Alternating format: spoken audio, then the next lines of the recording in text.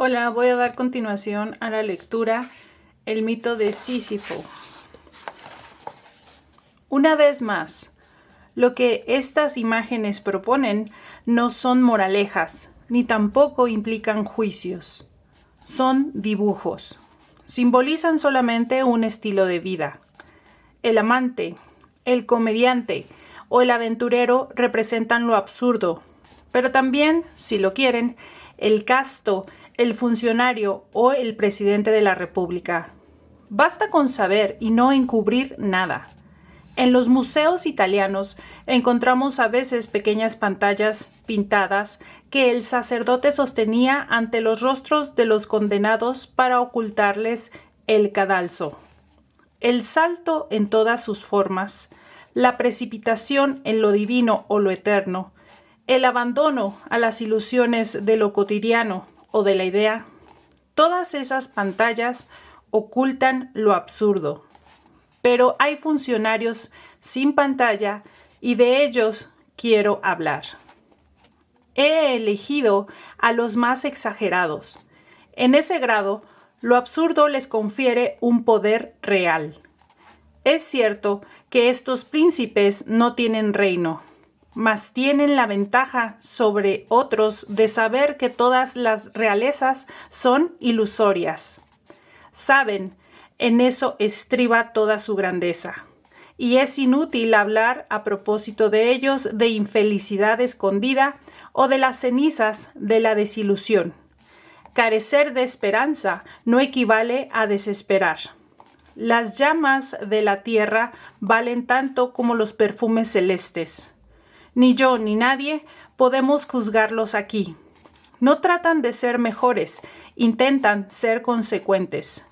Si la palabra sabio se aplica al hombre que vive de lo que tiene, sin especular sobre lo que no tiene, entonces ellos son sabios.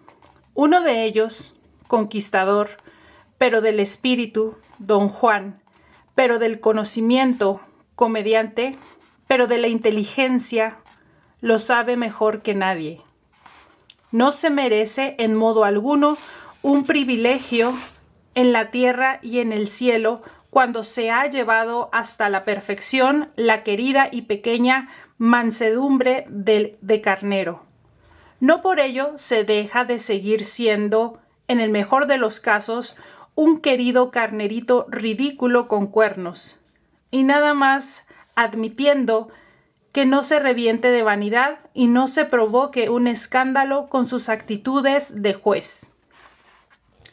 Había, en todo caso, que restituir al razonamiento absurdo rostros más calurosos.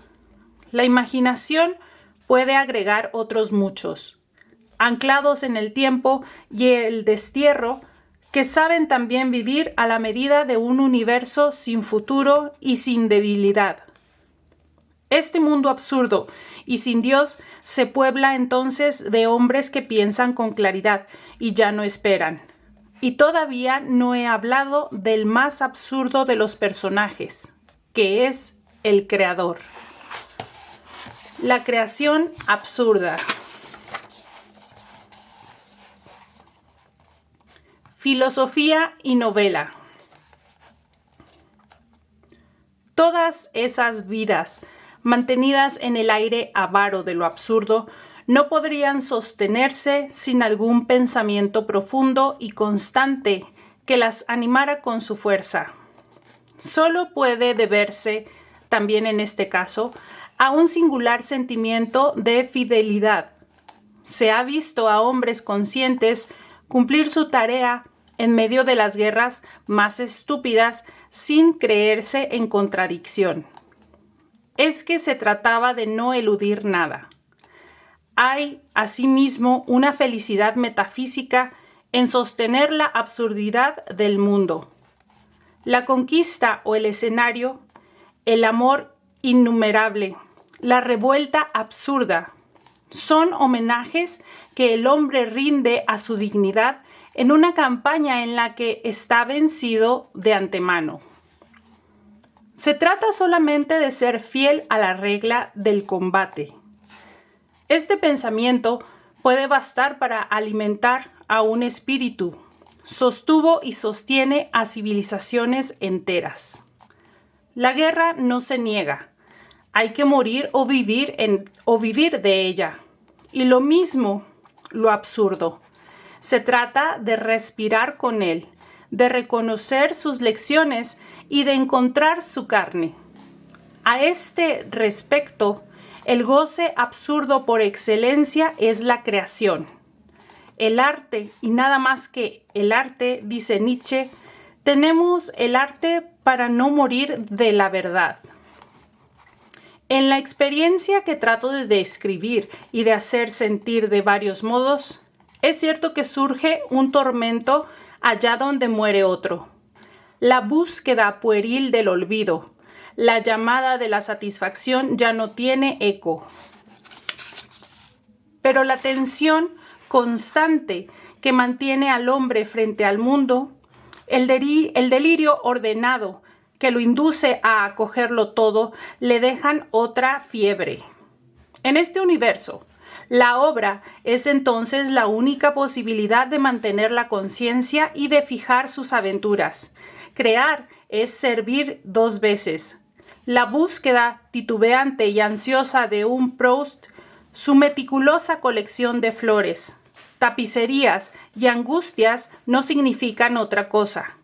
Al mismo tiempo, no tienen más alcance que la creación continua e inapreciable a la que se entregan todos los días de su vida el comediante, el conquistador y todos los hombres absurdos.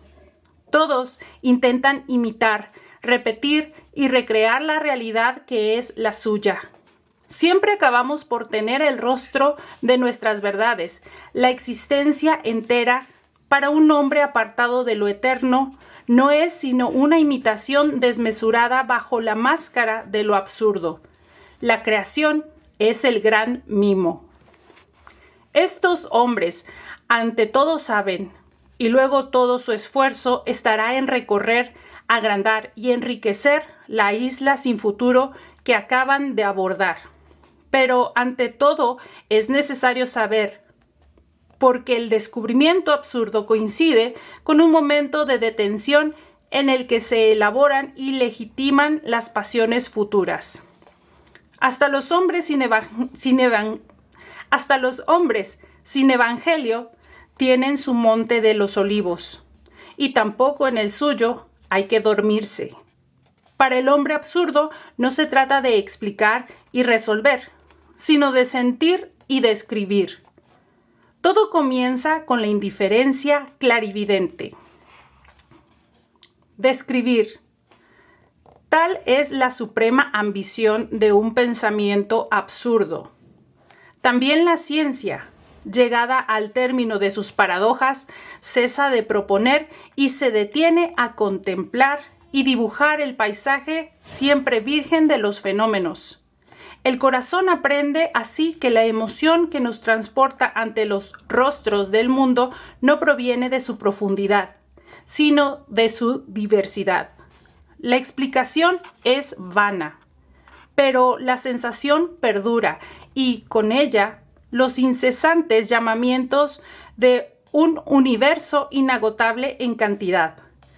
Ahora se comprende el lugar que ocupa la obra de arte. Esta marca a la vez la muerte de una experiencia y su multiplicación. Es como una repetición monótona y apasionada de los temas, ya orquestados por el mundo. El cuerpo, inagotable imagen en el frontón de los templos. Las formas o los colores, el número o el desamparo. No es, pues, indiferente para terminar de encontrar los principales temas de este ensayo en el universo magnífico y pueril del Creador. Sería un error ver en ello un símbolo y creer que la obra de arte puede considerarse un refugio ante lo absurdo. Es en sí misma un fenómeno absurdo y se trata solamente de describirla. No ofrece una salida al mal de ánimo. es, por el contrario, uno de los signos de ese mal, que lo repercute en todo el pensamiento de un hombre. Pero por primera vez saca al ánimo de sí mismo y lo coloca frente a otro, no para que se pierda, sino para mostrarle con un dedo preciso el camino sin salida por el que se han adentrado todos. En la época del razonamiento absurdo, la creación sigue a la indiferencia y al descubrimiento. Marca el punto desde donde las pasiones absurdas alzan el vuelo y donde el razonamiento se detiene. Así se justifica su lugar en este ensayo. Bastará con poner en claro algunos temas comunes al creador y al pensador para que encontremos en la obra de arte todas las contradicciones del pensamiento enredado en lo absurdo.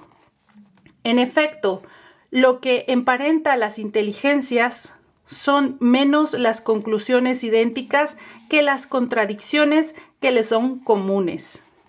Eso ocurre con el pensamiento y la creación. Casi no necesito decir que lo que induce al hombre a esas actitudes es un mismo tormento. Coinciden en ese punto de partida, pero entre todos los pensamientos que parten de lo absurdo, he visto que muy pocos se mantenían en él. Por sus desvíos o infidelidades he medido mejor lo que no pertenecía sino a lo absurdo. Paralelamente, debo preguntarme, ¿es posible una obra absurda? Bueno, pues hasta aquí dejamos la lectura hoy. Muchas gracias.